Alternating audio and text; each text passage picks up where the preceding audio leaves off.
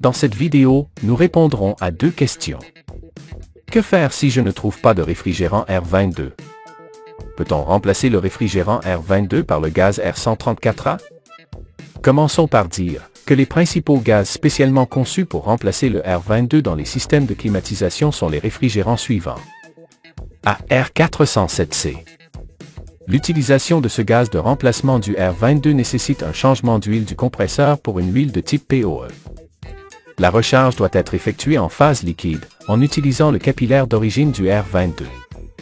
À l'écran, nous comparons les pressions de travail des deux gaz réfrigérants. B. R438A. Ce gaz de remplacement du R22 ne nécessite pas de changement d'huile du compresseur.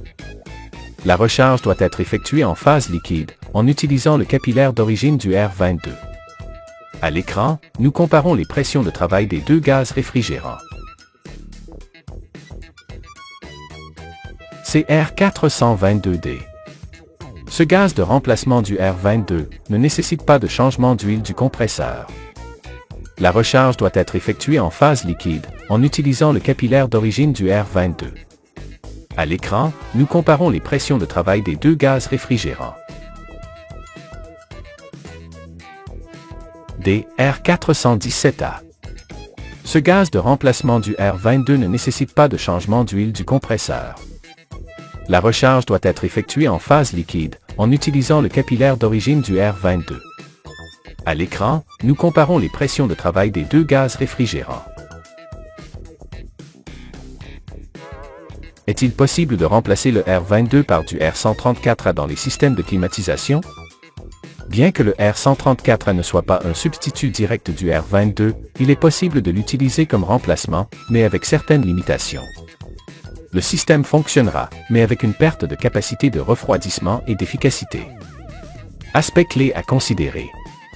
1. Lors de l'utilisation du R134A à la place du R22, la capacité de refroidissement de l'équipement est réduite d'environ 25% en raison de la capacité volumétrique plus faible du R134A.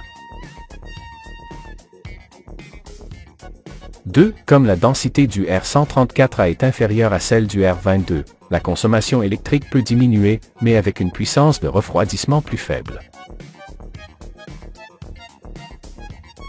3. Dans des conditions normales, avec la même capacité de refroidissement, le tube capillaire avec R134A devrait avoir un diamètre interne plus grand ou une longueur plus courte par rapport au capillaire avec R22.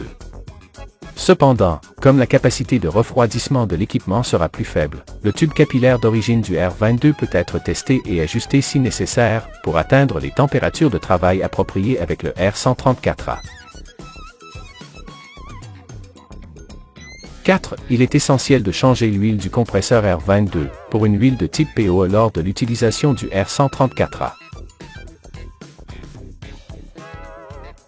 5. La recharge peut être effectuée en phase liquide ou gazeuse.